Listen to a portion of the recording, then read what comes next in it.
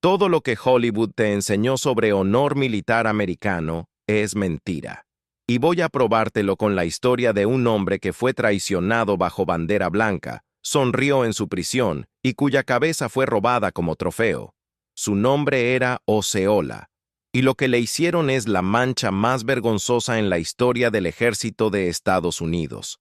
Una mancha que, 187 años después, nunca ha sido reconocida oficialmente. Imagina esto, estás en una negociación de paz. Has aceptado reunirte con tus enemigos bajo la bandera blanca de tregua, ese símbolo sagrado, reconocido en todas las guerras civilizadas desde tiempos inmemoriales. Ese pedazo de tela que dice, aquí, en este momento, somos seres humanos hablando, no animales matándose. Llegas desarmado, como exige el protocolo. Extiendes tu mano, y en ese preciso instante, te encadenan como a un perro. Esto no es ficción. Esto no es una película de villanos genéricos. Esto le pasó a Osceola el 27 de octubre de 1837 en Fort Peyton, Florida. Y el oficial que ordenó esta traición, el general Thomas Jessup, sabía exactamente lo que estaba haciendo. Sabía que estaba destrozando todo código de honor militar que existía. Y lo hizo de todas formas. Porque aquí está la verdad que nadie te cuenta en las escuelas. Estados Unidos estaba perdiendo feo, perdiendo contra un grupo de guerreros seminolas que no llegaban ni a 1,500 combatientes efectivos. El gobierno había gastado ya más de $40 millones, una fortuna astronómica para 1837. Había enviado oleada tras oleada de soldados profesionales a los pantanos de Florida. Y esos soldados estaban muriendo. No en batallas gloriosas, no en cargas heroicas. Estaban muriendo de malaria, de disentería, de fiebre amarilla. Estaban siendo emboscados en ciénagas donde no podían ver a 3 metros de distancia. Estaban siendo derrotados por un enemigo que conocía cada palmo de ese infierno verde y húmedo como tú conoces tu propia casa. Desde un punto de vista táctico-militar, la situación era un desastre completo. Los seminolas usaban lo que hoy llamaríamos guerra de guerrillas avanzada, pero en 1837, el ejército estadounidense no tenía ni concepto ni entrenamiento para enfrentarla. Piénsalo tácticamente. Tienes un enemigo que no presenta batalla abierta, que aparece, golpea y desaparece en terreno donde tus caballos se hunden hasta el pecho, donde tus cañones son inútiles porque no hay dónde posicionarlos, donde cada árbol puede esconder a un francotirador. Cualquier general competente habría buscado una solución diplomática, habría negociado condiciones razonables. Pero el general Jessup eligió la opción más cobarde, la traición. Y aquí está lo que los libros de historia omiten convenientemente. Jessup sabía que su carrera estaba en juego. Washington exigía resultados. Los periódicos del norte estaban preguntando por qué el ejército más poderoso del continente no podía derrotar a un puñado de salvajes. La presión política era inmensa. Entonces tomó una decisión que lo perseguiría el resto de su vida, aunque nunca lo admitió públicamente. Decidió que capturar a Osceola bajo engaño era más importante que mantener el honor de su uniforme. Pero antes de contarte cómo fue esa captura exactamente, necesitas entender quién era Osceola, porque Hollywood te ha vendido una imagen simplificada de el indio rebelde. La realidad es infinitamente más compleja y más fascinante. Osceola nació alrededor de 1804, no se sabe la fecha exacta, en lo que hoy es Alabama. Su nombre de nacimiento era Billy Powell. Sí, Powell, porque su padre era un comerciante escocés-irlandés y su madre era Creek, de la nación Muscogee. Era mestizo, y esto es crucial para entender toda su historia, porque en la sociedad del sureste americano de principios del siglo XIX, ser mestizo significaba vivir en un limbo. No eras completamente aceptado por los blancos, que te veían como inferior, pero tampoco eras completamente nativo, porque habías crecido entendiendo el mundo de los colonos. Osceola migró a Florida cuando era joven, y allí se unió a los seminolas. Y aquí está algo que casi nadie te dice. Los seminolas no eran una tribu tradicional en el sentido clásico. La palabra seminola viene del creek Simanoli, que significa fugitivo o salvaje. Eran una confederación de diferentes grupos. Creeks que habían huido de Georgia y Alabama, nativos originales de Florida. Y aquí está la parte que la historia oficial estadounidense intentó borrar durante décadas. Africanos fugitivos de la esclavitud.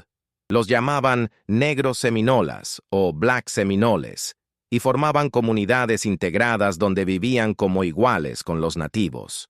Esta alianza entre africanos e indígenas era una pesadilla absoluta para los plantadores sureños, porque demostraba que la esclavitud no era natural ni necesaria. Demostraba que personas de diferentes razas podían vivir juntas, libres y en paz. Y Osceola se convirtió en líder de esta confederación multirracial. No era un jefe hereditario. Los seminolas no funcionaban así. Era un líder de guerra, elegido por su inteligencia táctica y su carisma. Y déjame explicarte algo sobre su personalidad que los registros históricos revelan. Era encantador. Los oficiales americanos que lo conocieron antes de la guerra describen a un hombre de aproximadamente 1,75 m de altura, delgado pero musculoso, con ojos penetrantes y una sonrisa que desarmaba. Hablaba inglés perfectamente, a veces mejor que los soldados que lo enfrentaban. Usaba ropa que mezclaba estilos nativos con chaquetas europeas. En las negociaciones anteriores a la guerra, varios oficiales escribieron en sus diarios que Osceola era el indio más inteligente que jamás he conocido, y un caballero en todo sentido de la palabra. Entonces, ¿qué convirtió a este hombre carismático y diplomático en el enemigo público número 1 de Estados Unidos? Una palabra: traición. Pero no la traición que le hicieron a él al final. La traición que le hicieron al principio. En 1832, algunos jefes seminolas firmaron el Tratado de Payne's Landing. Este tratado decía que los seminolas aceptaban abandonar Florida y mudarse al territorio indio al oeste del río Mississippi, lo que hoy es Oklahoma. Pero aquí está el detalle que cambia todo. Muchos de los jefes que firmaron fueron engañados sobre los términos del tratado. Algunos no sabían leer inglés y les tradujeron incorrectamente. Otros fueron presionados con amenazas. Y la mayoría de los seminolas, incluyendo a Osceola, nunca aceptaron ese tratado como válido. ¿Por qué querían sacar a los seminolas de Florida? Tierra. Siempre es tierra. Florida acababa de convertirse en territorio estadounidense en 1821, comprada a España. Los plantadores blancos querían esas tierras fértiles para cultivar algodón y caña de azúcar, y necesitaban recuperar a los esclavos fugitivos que vivían con los seminolas. Para dimensionar esto, en aquella época, un esclavo valioso podía costar $1,500. Algunos plantadores tenían 20, 30, 50 esclavos viviendo con los seminolas. Hablamos de fortunas enteras en propiedad humana que estos hombres querían recuperar. El racismo no era solo ideológico, era económico. Era codicia pura destilada en política gubernamental. En 1835, el gobierno envió agentes para forzar el inicio de la reubicación. Y aquí pasó algo que encendió la mecha definitivamente. Intentaron capturar a la esposa de Osceola. Su nombre era Morning Dew, o Che Choter en seminola. Ella tenía ascendencia africana por parte de su madre, y bajo las leyes racistas de la época, cualquier persona con una gota de sangre negra podía ser reclamada como esclava. No importaba que hubiera nacido libre. No importaba que fuera esposa de un líder respetado. Los agentes intentaron llevársela, declarándola propiedad fugitiva. Imagina eso por un momento. Imagina que eres Osceola. Has vivido toda tu vida navegando entre dos mundos, el blanco y el nativo. Has tratado de ser diplomático, de encontrar formas de coexistir. Te has casado con una mujer que amas. Y un día, hombres armados llegan y te dicen que tu esposa no es realmente tu esposa, que es propiedad de un hombre blanco que nunca la ha conocido, que se la van a llevar y no hay nada que puedas hacer al respecto. ¿Qué harías? ¿Te quedarías tranquilo? ¿Confiarías en el sistema legal de un gobierno que considera a tu esposa un objeto? Osceola tomó un cuchillo y lo clavó en el Tratado de 1832. Gritó que esa era su firma, la única firma que ese papel merecía. Lo arrestaron brevemente, pero lo liberaron, y cuando lo hicieron, ya era demasiado tarde. Ya había pasado el punto de no retorno. La guerra estaba decidida. El 28 de diciembre de 1835, Osceola lideró el ataque que inició oficialmente la Segunda Guerra Seminola. Emboscó y mató a Wiley Thompson, el agente indio que había intentado capturar a su esposa. El mismo día, otro grupo seminola bajo el líder Micanopy emboscó a una columna del ejército estadounidense bajo el mayor Francis Dade. 110 soldados. Solo 3 sobrevivieron. Esto se conoce como la masacre de Dade, y fue un shock absoluto para Washington. Era 1835, Estados Unidos era ya una potencia en ascenso y acababan de perder más de 100 soldados profesionales contra guerreros que se suponía debían ser primitivos. Tácticamente, la emboscada de Dade fue una obra maestra. Los seminolas estudiaron el terreno durante días. Conocían la ruta exacta que tomaría la columna militar. Esperaron hasta que los soldados estuvieran en un área abierta, donde no tenían cobertura, rodeada de pinos densos donde los atacantes podían esconderse.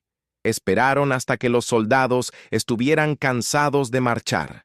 Y entonces golpearon con una primera descarga coordinada que mató o hirió a más de la mitad de la columna en los primeros 30 segundos. Desde un punto de vista militar moderno, esto era una emboscada perfecta. Los seminolas usaban rifles de largo alcance obtenidos en comercio con españoles y otros europeos. Eran tiradores excelentes que practicaban desde niños y conocían cada árbol del bosque. Los soldados estadounidenses, en contraste, venían de guarniciones del norte. No conocían el terreno y su entrenamiento era para batalla en campo abierto al estilo europeo, completamente inadecuado para guerra de pantanos. Durante los siguientes 2 años, Osceola se convirtió en el enemigo que mantenía despierto al ejército estadounidense. No porque tuviera un ejército masivo. Los seminolas nunca pudieron reunir más de 1,500 guerreros efectivos, y eso siendo generosos. Era porque era impredecible, inteligente y absolutamente despiadado cuando necesitaba serlo. Atacaba plantaciones, liberaba a esclavos que luego se unían a su causa, emboscaba patrullas militares y desaparecía en los Everglades antes de que llegaran refuerzos. El ejército estadounidense envió general tras general. Todos fallaron. Y aquí está algo que demuestra la genialidad táctica de Osceola. Usaba la psicología. Sabía que los soldados blancos tenían miedo a los pantanos, miedo a las enfermedades tropicales, miedo a lo desconocido. Entonces explotaba ese miedo. Dejaba rastros falsos, hacía que sus guerreros hicieran ruidos en la noche alrededor de los campamentos militares. Atacaba y se retiraba inmediatamente, haciendo que los soldados persiguieran a un enemigo fantasma que nunca podían alcanzar. Era guerra psicológica décadas antes de que ese término existiera. Y funcionaba. Los registros médicos del ejército de aquella época muestran que por cada soldado muerto en combate, 5 o 6 morían de enfermedad o simplemente desertaban. La moral era terrible. Muchos soldados escribían cartas a casa diciendo que preferirían enfrentar a cualquier ejército europeo antes que seguir en los pantanos de Florida. Para 1837, el general Thomas Jesup estaba desesperado. Había prometido a Washington que terminaría la guerra rápidamente. No lo había hecho. Su predecesor, el general Winfield Scott, había sido humillado y reasignado después de una campaña desastrosa. Jesup sabía que su carrera estaba en la cuerda floja, y entonces tomó una decisión que lo convertiría en uno de los oficiales más deshonrados de la historia militar estadounidense. 27 de octubre de 1837. Fort Peyton, cerca de St. Augustine, Florida. Jessup había enviado mensajeros a Osceola y otros líderes seminolas proponiendo negociaciones de paz. Osceola, que en ese momento tenía aproximadamente 33 años y ya estaba mostrando signos de la enfermedad que lo mataría poco después, aceptó. Llegó con una delegación de casi 80 seminolas, incluyendo mujeres y niños. Llegaron bajo bandera blanca, desarmados, como exigía el protocolo, confiando en que la bandera blanca significaba lo que siempre había significado en todas las guerras civilizadas: tregua sagrada, territorio neutral, honor militar. Y Jessup dio la orden. Soldados rodearon el campamento, cerraron todas las salidas y capturaron a Osceola y a toda su delegación en cadenas. No hubo batalla. No hubo resistencia porque los seminolas no podían creer lo que estaba pasando. Era impensable. Era como si alguien entrara a una iglesia durante misa y comenzara a disparar. Violaba todo código de conducta militar que existía. La reacción fue inmediata. Y no solo de los seminolas. Oficiales del propio ejército estadounidense expresaron indignación. El teniente John T. Sprague, que estuvo presente, escribió en su diario que era una mancha en el honor del ejército que nunca podrá ser lavada. El mayor Ethan Allen Hitchcock, uno de los oficiales más respetados de la época, escribió que la captura era un acto de traición que me hace avergonzarme de mi uniforme. Los periódicos del norte explotaron. El New York Evening Post llamó al acto una violación de todas las leyes de guerra y humanidad. El Baltimore American escribió que el general Jessup ha deshonrado a la nación entera. Incluso en el sur, donde la mayoría apoyaba la guerra contra los seminolas, hubo críticas severas. Pero Jessup defendió su decisión. Argumentó que los seminolas no eran una nación reconocida y por lo tanto las reglas de guerra civilizada no aplicaban. Argumentó que Osceola era un rebelde y un asesino, no un prisionero de guerra legítimo. Argumentó que el fin justificaba los medios. Y aquí está la parte que te va a hacer hervir la sangre. Funcionó. Políticamente, Jessup salió ileso. No fue corte marcial. No fue degradado. De hecho, continuó su carrera militar y eventualmente se convirtió en el Quartermaster General del Ejército, uno de los puestos más altos posibles. Washington decidió que capturar a Osceola era más importante que mantener el honor militar. Decidió que los seminolas no merecían ser tratados como enemigos honorables.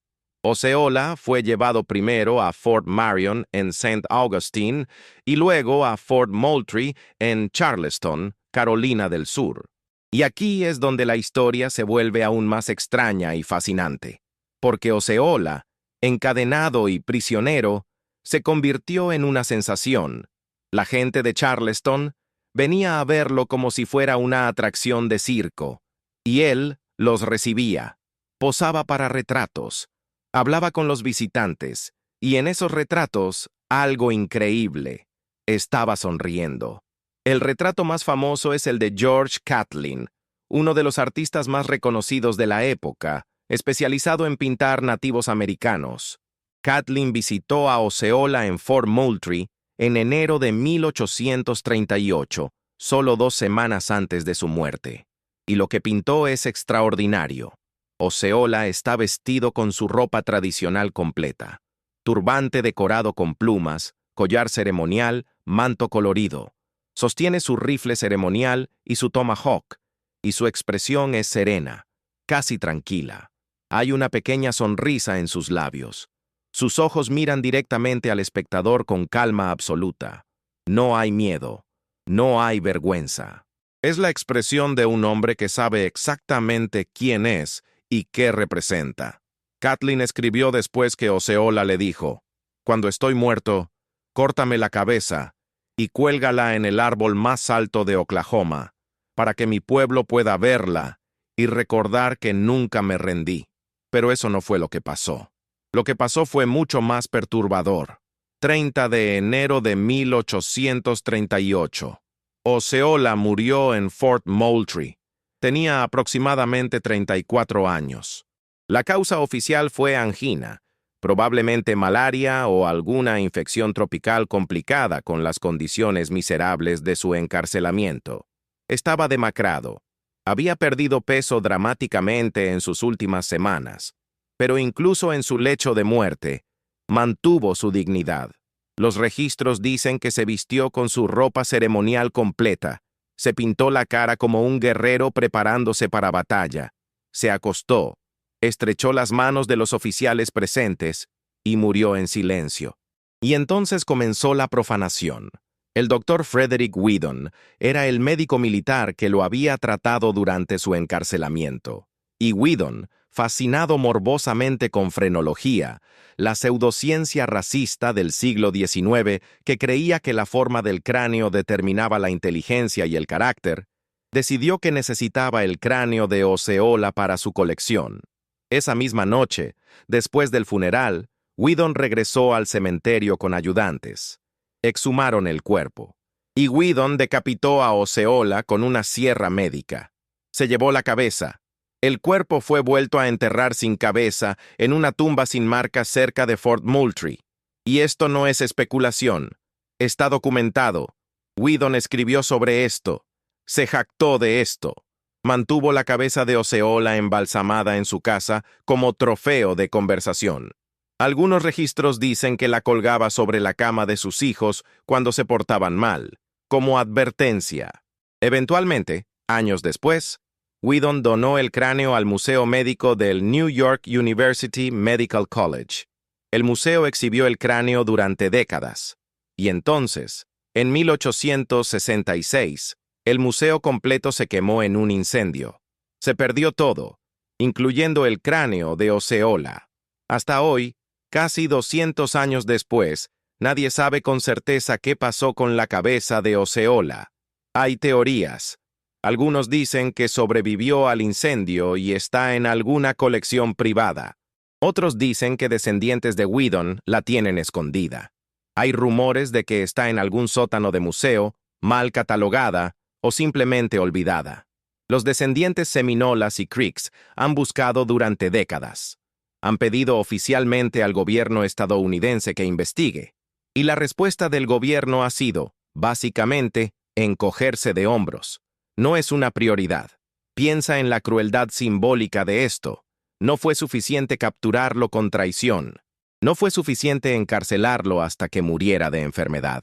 Tuvieron que mutilar su cuerpo después de muerto. Tuvieron que tratarlo como un animal de estudio.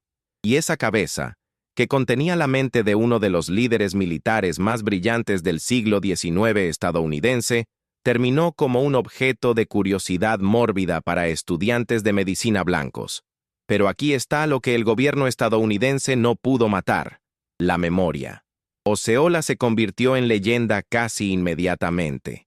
Y no solo entre los nativos, entre todos.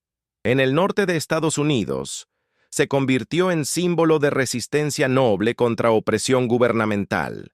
Los abolicionistas lo usaban como ejemplo de por qué la esclavitud y la remoción forzada de pueblos eran moralmente incorrectas.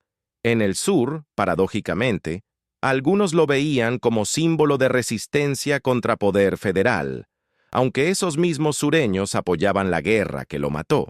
Los nativos americanos de todas las tribus lo adoptaron como héroe panindígena, uno de los primeros líderes que representaba no solo a su propio pueblo, sino a todos los pueblos indígenas enfrentando extinción cultural. Y aquí está algo fascinante que pocas personas saben. La imagen de Osceola apareció en estampillas postales estadounidenses. Condados en varios estados llevan su nombre. Ciudades llevan su nombre. Escuelas llevan su nombre. La Universidad del Estado de Florida usa Seminoles como su mascota deportiva, con Osceola como símbolo. Hay monumentos a Osceola en varios estados. El gobierno estadounidense, que nunca se disculpó por traicionarlo, ha permitido que su nombre se convierta en marca de orgullo estadounidense. La ironía es tan espesa que podrías cortarla con cuchillo. Pero hay otro legado de Osceola que la historia oficial estadounidense ha tratado desesperadamente de borrar: los negros seminolas. ¿Recuerdas que mencioné que africanos fugitivos vivían con los seminolas? Durante y después de la guerra, muchos de estos afrodescendientes fueron recapturados y devueltos a la esclavitud, pero otros escaparon. Algunos fueron al territorio indio en Oklahoma con los seminolas reubicados. Otros huyeron más al sur, a México y al Caribe, y allí establecieron comunidades que existen hasta hoy. En México, particularmente en Coahuila, hay comunidades de descendientes de negros seminolas. Hablan un inglés criollo único mezclado con español y palabras seminolas. Mantienen tradiciones que son una mezcla fascinante de cultura africana occidental, cultura creek seminola y cultura mexicana. Durante décadas, estas comunidades fueron completamente ignoradas por historiadores estadounidenses porque no encajaban en la narrativa simple que querían contar. No podías tener una historia limpia de colonos blancos versus indios salvajes cuando había africanos libres luchando junto a los nativos contra la esclavitud. Complicaba demasiado las cosas. Hacía preguntas incómodas sobre raza, libertad y quién realmente eran los buenos. Solo en las últimas décadas, con historiadores más honestos e inclusivos, hemos comenzado a entender la verdadera complejidad de las guerras seminolas. No fueron guerras de extinción racial simple. Fueron guerras sobre esclavitud, sobre tierra, sobre diferentes visiones de cómo la sociedad debería organizarse. Y Osceola, con su herencia mixta, con su esposa de ascendencia africana, con sus alianzas multirraciales, representaba una amenaza existencial a la ideología racial del sur estadounidense. Por eso fue tan peligroso. No solo era un guerrero efectivo, era un símbolo viviente de que el orden racial establecido era artificial y podía ser desafiado. La Segunda Guerra Seminola continuó varios años después de la muerte de Osceola, finalmente terminando en 1842 sin victoria clara de ningún lado. Costó más de $40 millones, una suma astronómica para la época. Costó miles de vidas, tanto militares como civiles. Y al final, la mayoría de los seminolas fueron forzados a reubicarse en Oklahoma. Pero algunos, unos pocos cientos, se refugiaron tan profundo en los Everglades que el ejército nunca pudo encontrarlos. Y esos seminolas nunca firmaron tratado de paz con Estados Unidos. Técnicamente, siguen en guerra. Los seminolas de Florida son la única tribu nativa americana que nunca firmó un tratado formal de rendición con el gobierno estadounidense. Esa es su victoria final. Esa es la última sonrisa de Osceola. Y aquí está lo que esto nos enseña sobre naturaleza humana y sobre poder. Los poderosos siempre escriben la historia primero, pero no pueden controlar la memoria. El gobierno estadounidense capturó a Osceola con traición, lo mató en cautiverio, mutiló su cuerpo, trató de borrar el legado de las alianzas multirraciales que representaba, y fracasó en todo excepto en lo literal, porque Osceola se convirtió en algo más poderoso muerto que vivo, se convirtió en idea, y las ideas no se pueden decapitar, las ideas no se pueden encadenar, las ideas no mueren de malaria en prisiones húmedas.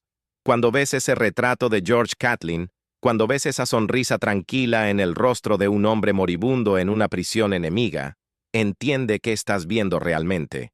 No estás viendo rendición, no estás viendo aceptación de derrota, estás viendo a un hombre que sabe que ganó algo más importante que una guerra militar, ganó la guerra simbólica.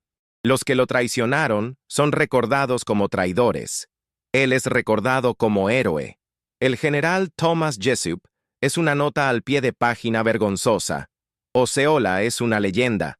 Hay un lugar en St. Augustine, Florida, cerca de donde está enterrado el cuerpo sin cabeza de Osceola. Los nativos americanos de varias tribus lo visitan regularmente. Dejan ofrendas, plumas, tabaco, monedas, pequeñas banderas. Hay una placa colocada décadas después que dice Patriot and Warrior. Algunos veteranos militares estadounidenses también visitan el sitio.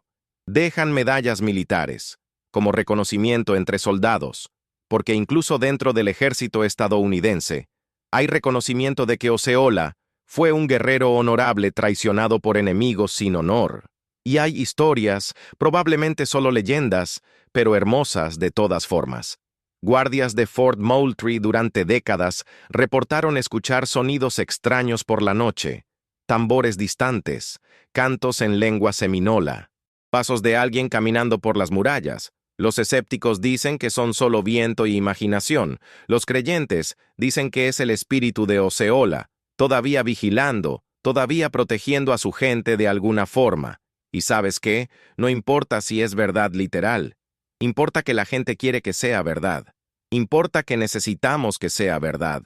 Porque aquí está la lección más profunda de todo esto. El honor militar no es un concepto abstracto.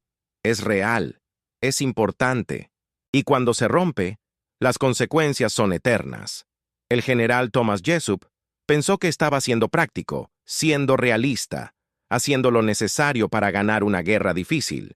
Pero lo único que logró fue demostrar que el ejército que comandaba no tenía honor. Y sin honor, todas tus victorias están manchadas. Todas tus medallas están oxidadas. Toda tu reputación es ceniza. Estados Unidos nunca se ha disculpado oficialmente por la captura de Osceola bajo bandera blanca. Nunca ha reconocido oficialmente que fue una violación de las leyes de guerra. Nunca ha investigado seriamente qué pasó con su cabeza.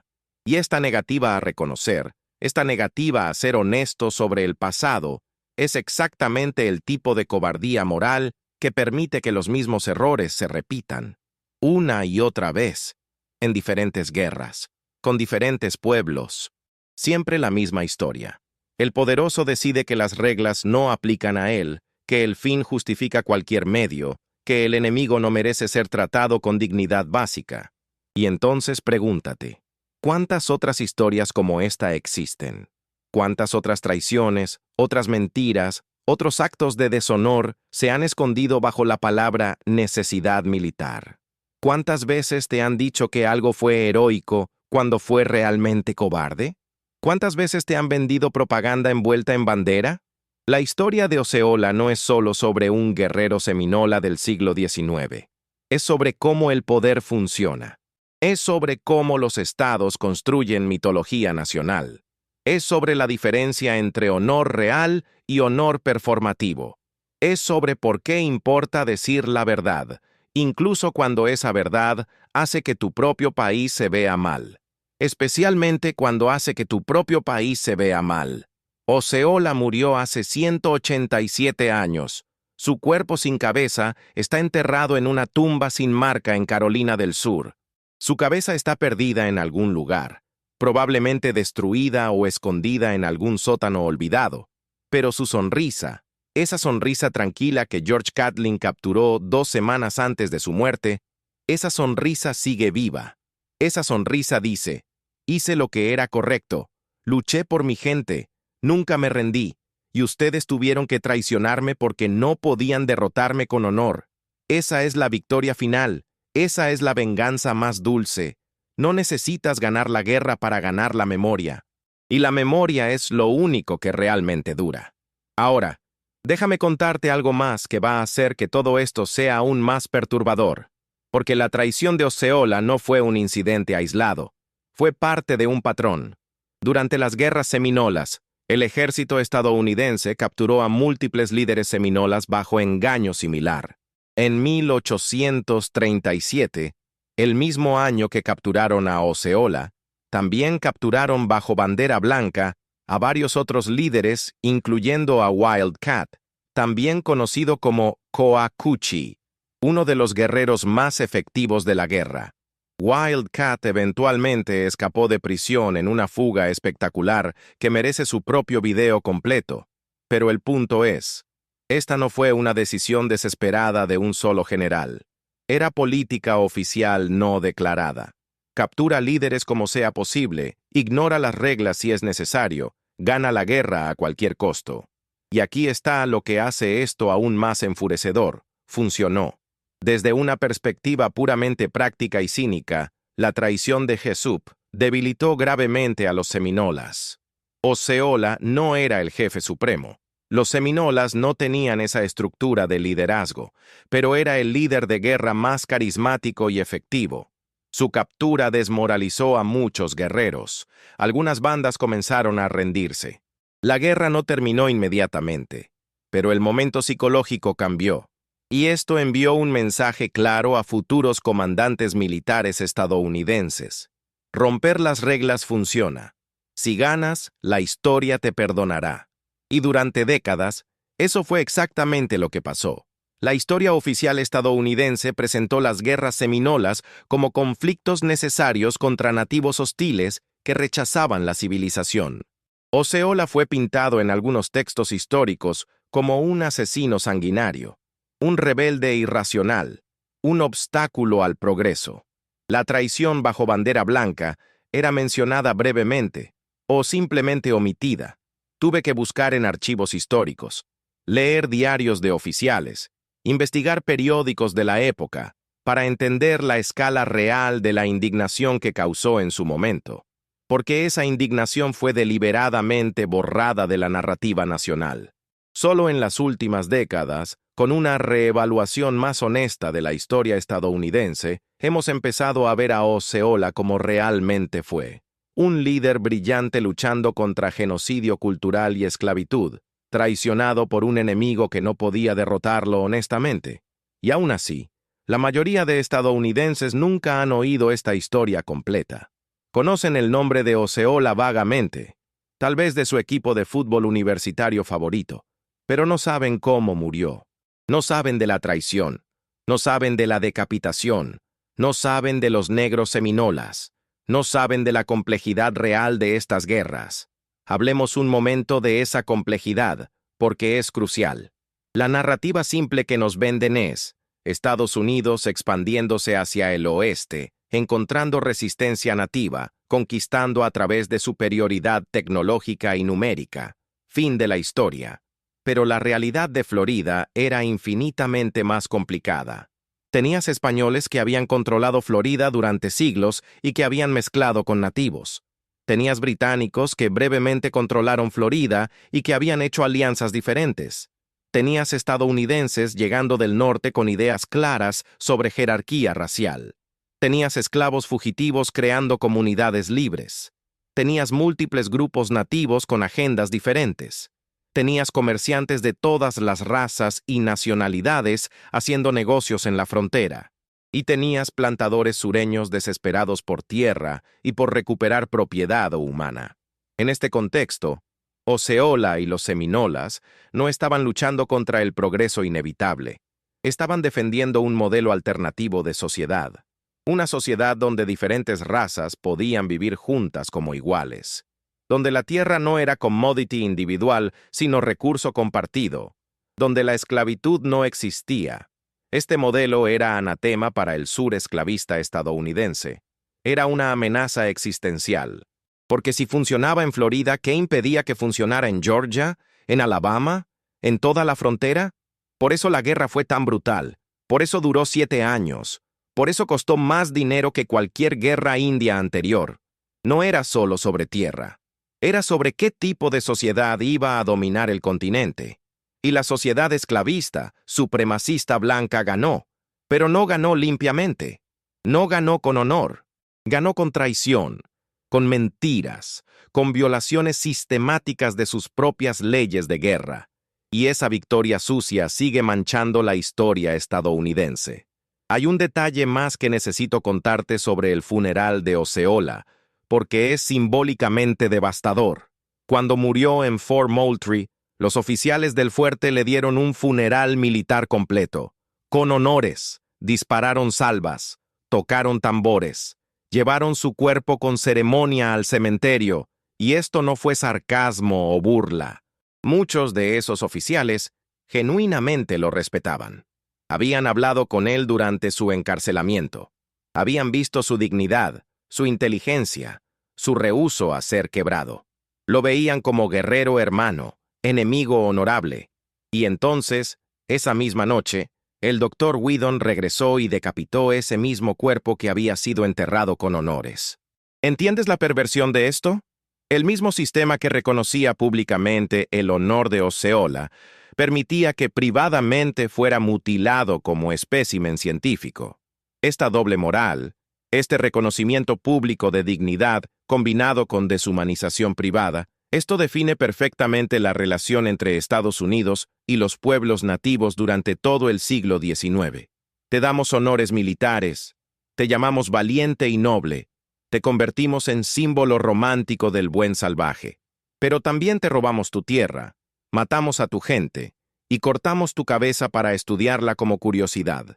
La familia de Whedon mantuvo el cráneo durante generaciones. Se transmitió como reliquia familiar. Imagina eso. Imagina tener la cabeza de un enemigo de tu país como herencia familiar, pasándola de padre a hijo. Mira, hijo, esta es la cabeza del gran guerrero Osceola. Tu bisabuelo se la cortó, guárdala bien. La monstruosidad casual de esto, la normalización completa de la profanación. Y cuando finalmente fue donado al Museo Médico en Nueva York, fue exhibido junto a otros cráneos de razas inferiores como parte de colecciones frenológicas. La frenología, debo recordarte, era la pseudociencia que medía cráneos para probar que blancos europeos eran superiores a todas las demás razas. Era racismo disfrazado de ciencia. Y el cráneo de Osceola era evidencia número 1 de esta ciencia. Los estudiantes de medicina blancos lo examinaban, lo medían, escribían papers académicos sobre la estructura craneal del indio seminola. Su cabeza, que había contenido una de las mentes militares más brillantes de su generación, fue reducida a dato en una ecuación racista. Cuando el museo se quemó en 1866, algunos vieron esto como justicia poética, como si el espíritu de Osceola finalmente hubiera alcanzado venganza contra sus profanadores. Otros, más prácticos, simplemente lamentaron la pérdida de un artefacto histórico valioso. Pero aquí está la pregunta que deberíamos estar haciendo. ¿Por qué, en primer lugar, consideramos aceptable que la cabeza de un líder enemigo muerto fuera exhibida en un museo? ¿Haríamos lo mismo con un general británico capturado durante la guerra de 1812? ¿Con un comandante mexicano de la guerra México-estadounidense? Por supuesto que no, porque esos eran enemigos civilizados. Esos eran blancos. Las reglas eran diferentes. Esta doble moral en cómo tratamos a enemigos dependiendo de su raza es una de las constantes más perturbadoras de la historia militar estadounidense.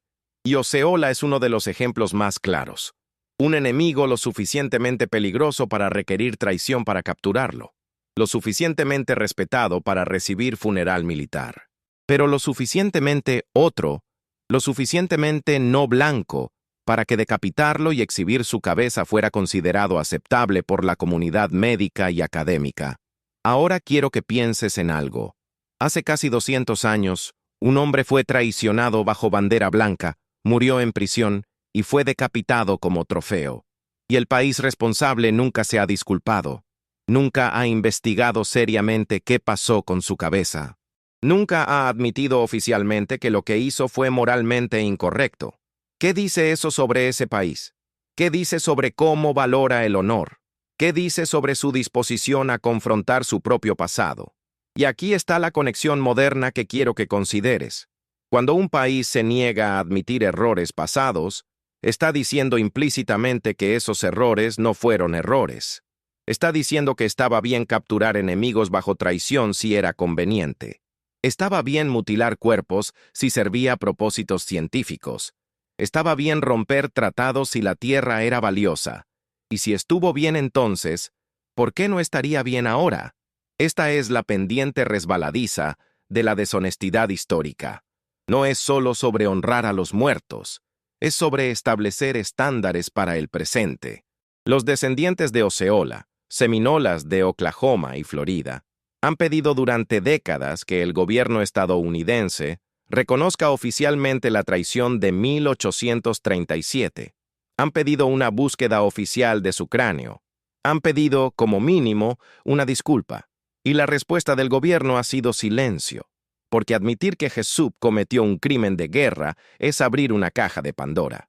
Es admitir que muchas de las victorias estadounidenses durante la expansión hacia el oeste fueron logradas a través de medios inmorales. Es cuestionar la narrativa entera del destino manifiesto. Es reconocer que el país fue construido, en parte, sobre traiciones sistemáticas. Y esto nos lleva de vuelta a esa sonrisa.